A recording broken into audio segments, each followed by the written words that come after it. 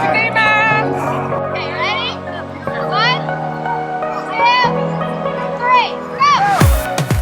Ninjas Fighting Lymphedema, I wanted to represent actually my personality, a fighter, and I wanted to represent other fighters, and so I wanted to be the ninja. And I wanted people to remember us and to know that lymphedema fighters will always fight and we will always be ninjas.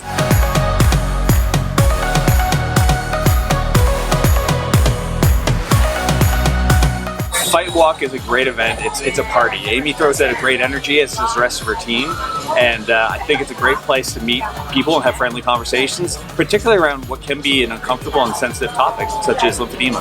I think it's really neat to get people in the same space that are really kind of fighting for the same thing and be able to bring that to the table and really just, at the end of the day, help everybody.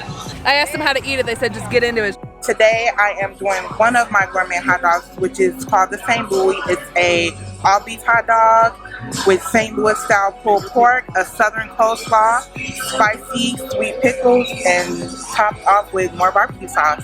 It's fun. You've got music, you've got food, you've got people from Minnesota. I've seen the little Lymphy, followed her on Instagram for so long, and just last week got to meet her parents, and then she and her parents are here today. So and then a Minneapolis support group leader Nancy is here. So there's just a fantastic community. You've got people all across the U.S. I even just ran into some of my lymphedema therapists from Decatur, which is a solid 2.5 hours from here. So it was super cool to see them make the trip. There's just a lot of support in this group.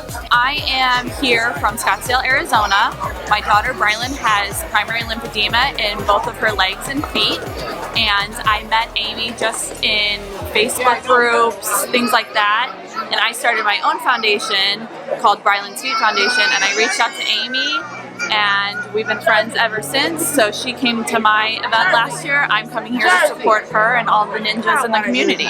We have a lot of lymphedema children and several lymphedema patients, which we normally don't get to see because it's hard for them to come out, but this year we provided their registration for them so they could be part of the community, and that's really what I wanted to see. So I've seen more lymphedema fighters here than I've seen in any other walk. There's such a lack of awareness and education with lymphedema, so any kind of events that happen, I like to try and support as much as possible to just bring awareness to lymphedema. Letting people know what it is, who it affects, that it can affect anyone, not just adults or women that suffer from breast cancer.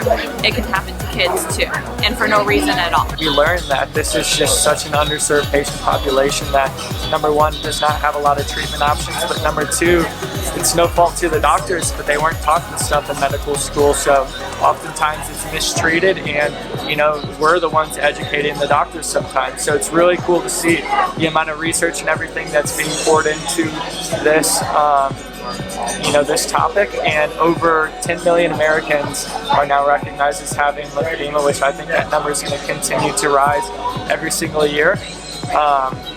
So awareness is getting out there, which is great. She's been an advocate, and she stepped out and really made it happen, developing relationships, pulling people together in this fantastic community, because we need advocates and we need a voice. Our goal now for 2020 is to shift our focus from just garment assistance to an entire wellness program, and what we want to do is help one person have surgery. We want to provide a year of garments, we want to provide therapy, and we want to assist them through the process, and eventually we want to grow that into more patients. But right now we want to give away a full wellness package and a life of normalcy.